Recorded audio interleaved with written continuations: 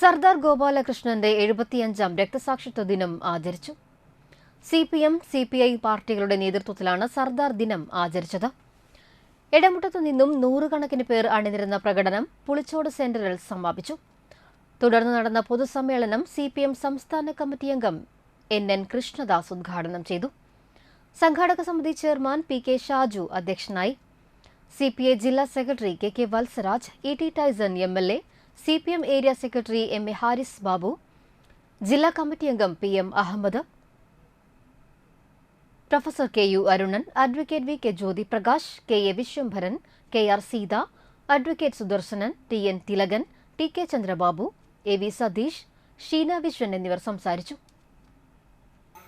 AKG Kannur central ജയിലിന്റെ മുകളിൽ ദേശീയ പതാക ഉയർത്തിയിട്ടാണ് സ്വാതന്ത്ര്യദിനം ആഘോഷിച്ചത്. വീണ്ടും ആഴ്ചകൾ കഴിഞ്ഞിട്ടാണ് AKGയെ ജയിലിൽ നിന്ന് മോചിപ്പിച്ചത്, നടപടിക്രമങ്ങളൊക്കെ പൂർത്തിയാക്കിയിട്ട്.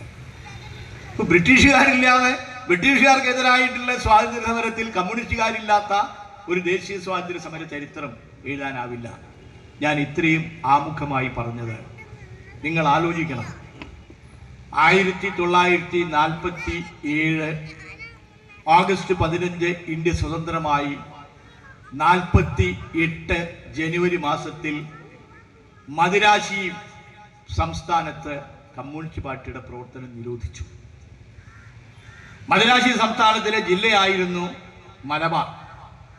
മലബാർ ജില്ലയിൽപ്പെട്ട പൊന്നാനി താലൂക്കിലെ അന്ന് ബ്രിട്ടീഷുകാർ ഭരണത്തിന് വേണ്ടി ഉണ്ടാക്കിയിരുന്ന വില്ലേജ് പഞ്ചായത്ത് അങ്ങനെയൊന്നുമില്ല. താലൂക്ക് കഴിഞ്ഞ പിന്നെ ഫർക്കയാണ്. അപ്പൊ പൊന്നാനി താലൂക്കിലെ നാട്ടിക ഫർക്ക മലബാർ ബ്രിട്ടീഷുകാർ നേരിട്ട് ഭരിക്കുന്ന പ്രദേശമായിരുന്നു.